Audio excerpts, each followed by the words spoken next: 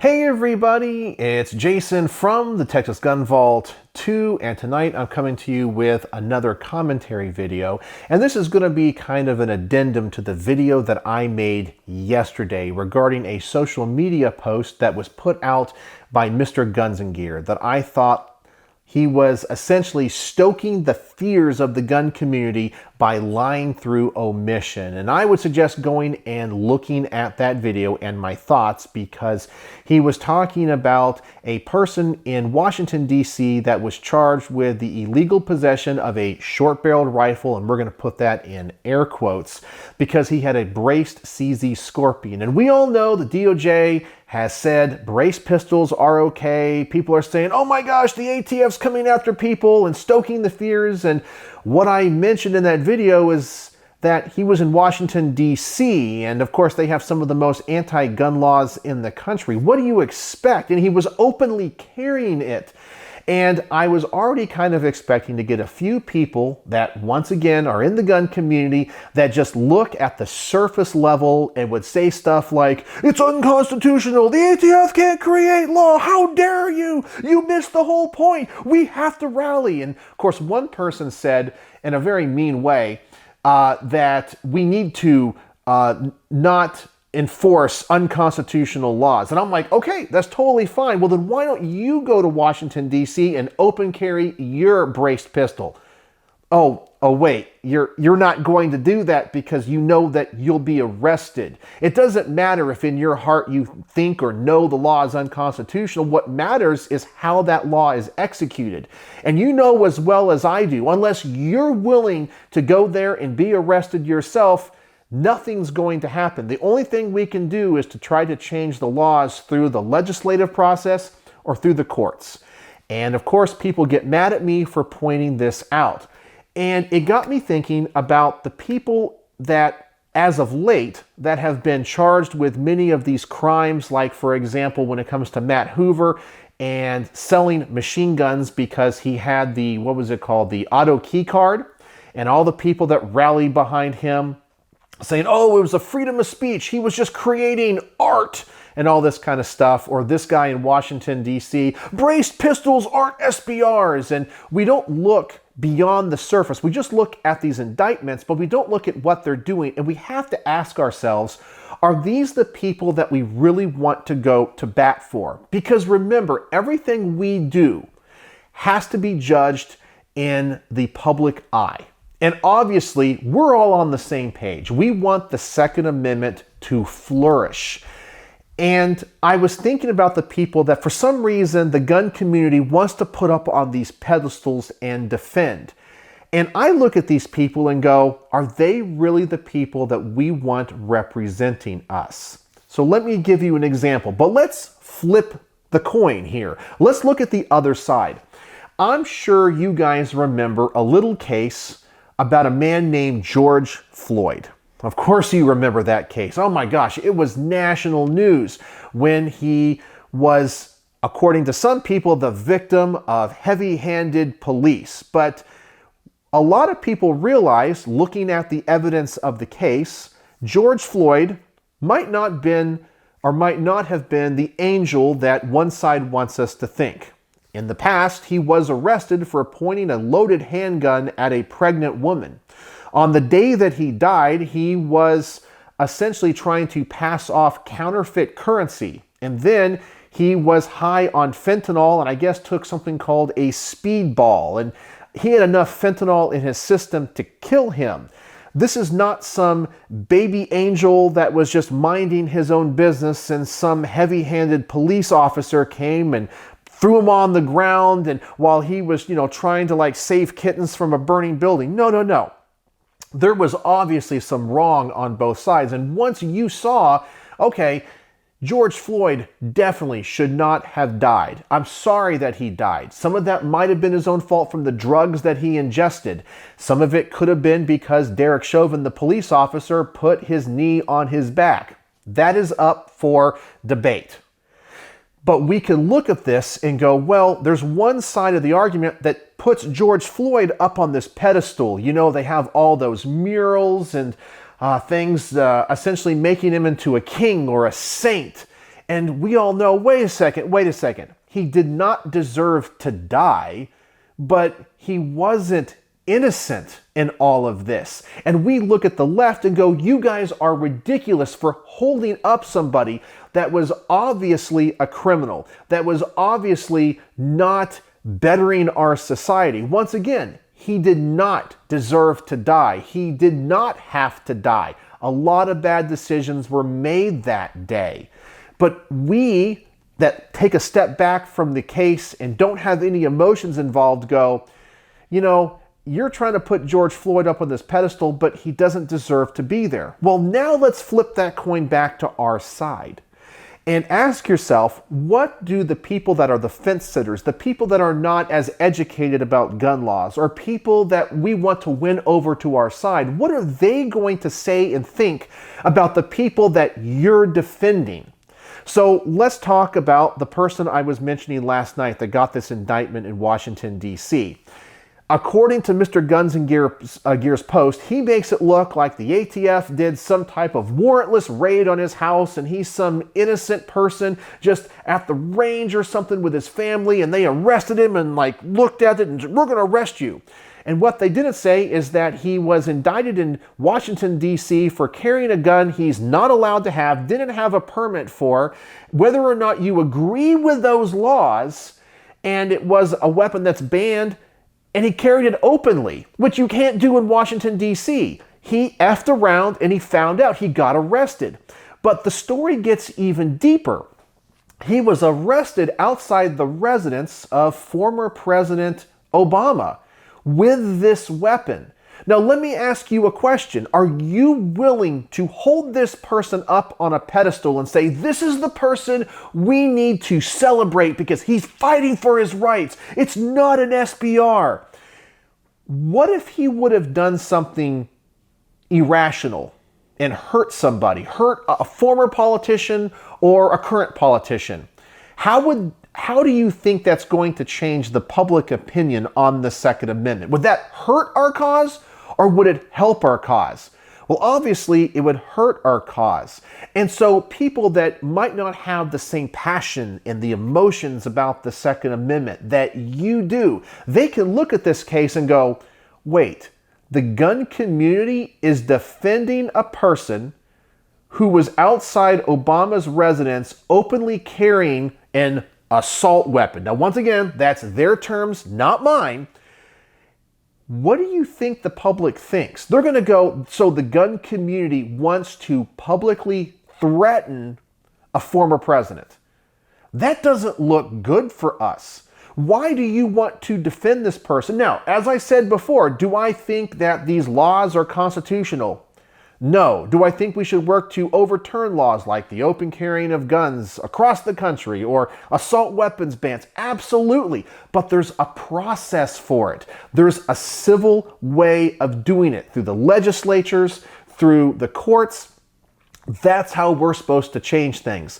But just having somebody arrested that obviously was not there to do something good and then go to bat for them and defend them, what's that make us look like? It makes us look like we're wanting violence, and we don't want violence. Why do you put these people up on a pedestal? Well, I can tell you why. Because all the fear-mongering that goes on in the gun YouTuberverse with people like Mr. Guns and Gear, they can't point to actual stories where the ATF raids somebody that's honestly innocent. Do you know of any stories whatsoever of somebody that was not doing something in the gray area of the law or was actually doing something bad that the ATF was just like, we're going to go just raid their house for no reason whatsoever, because back in 2015 they legally filled out a 4473 for a braced pistol and they've done nothing. They don't sell guns, they don't do anything, they're just normal people. No, because that doesn't happen.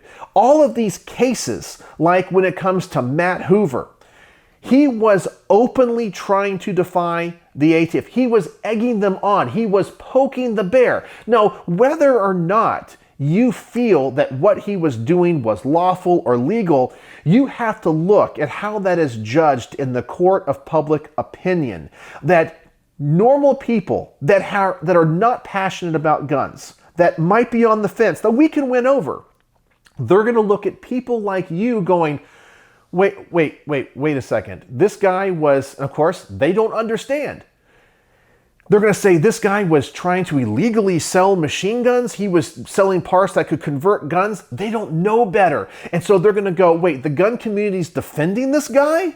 Well, I don't want to be a part of that. The gun community's nuts. They're defending a guy that was openly carrying a firearm outside of Obama's residence, obviously in a threatening and intimidating way. Or just like the guy in, was it Arkansas, that I believe was killed by ATF in some raid because it turns out a bunch of guns that he was buying at stores he was selling illegally, was turning up at crime scenes, and everyone's mad at them saying it was a heavy-handed raid. And it might have been. He shouldn't have died. The ATF could have handled that a completely different way, like tried to arrest him at his place of work. I think he was like the manager of some airport, or they could have stopped him on the way to work, but instead they did a middle of the night raid and he didn't know what was going on. He defended his house and he got shot and killed in the head, and killed by an M4 carbine. We all know that's bad. It's easy to look at the ATF and go, they're the bad guys. They're the bad guys. How dare them?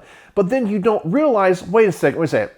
The people that are involved in these stories, they were doing things that brought the attention of law enforcement on them. If you're just an average gun person and you don't make threatening statements online, you don't openly carry a firearm in a place you can't openly carry, you don't flaunt the laws, you don't beg the ATF to come after you like Matt Hoover did, then pretty much nothing happens to you. Now, once again, do I think that the laws on the books need to be changed? Absolutely. But there's a way to do it. Just getting mad and defending people that were illegally selling guns, illegally carrying guns they're not supposed to have in places they're not supposed to be, flaunting that you can scratch your full auto itch with an auto key card. These are not the people you should be holding up on a pedestal. Now, can you help their legal defense? Absolutely. I support your right to do that. You can feel any way you want, but you have to understand the ramifications of your decisions and how it looks in the court of public opinion. And does it help us or does it hurt us? So all the people that left comments, in fact, there were a few people that I did want to bring up here. There was one person that asked me, goes, do you work for the DOJ or ATF? Have you no clue about the history of ATF behavior?